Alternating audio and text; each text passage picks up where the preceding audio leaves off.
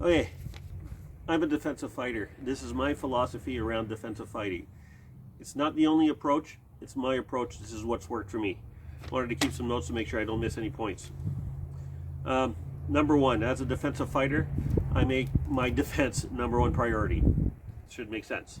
I work hard to making my attack as automatic to response to openings I perceive, and I slow down my defense to assess the attack prior to moving.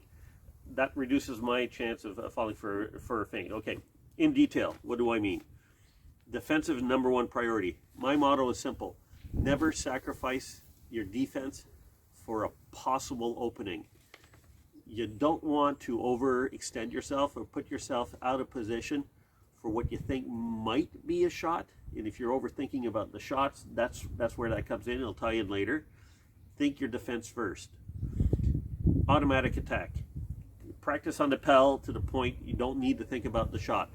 Part two of this video, I'm going to show you the drill that I use to build up my automatic portion of my attack. How do I throw my shots or throw my counter shots so that I don't think about it?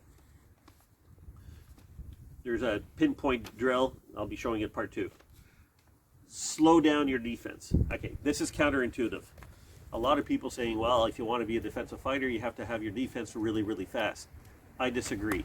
If your defense is a reaction, so it's an automatic response, you're going to fall for feints.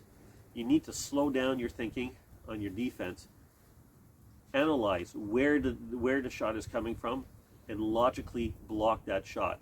So it's slowing down your thinking to the point that you can think about your defense instead of reacting with a defensive block. If you're blocking low with the shield, you should block high with the sword. If you're moving your shield across to block your right hand side, what's protecting your left hand side? It's all these little things that you need to think about before you actually commit to the block. You can always back out. That's another option. You don't want to respond to the feint that occurs, because then you're going to open yourself up to a shot. Those are my basic philosophies around fighting that I use as a defensive fighter.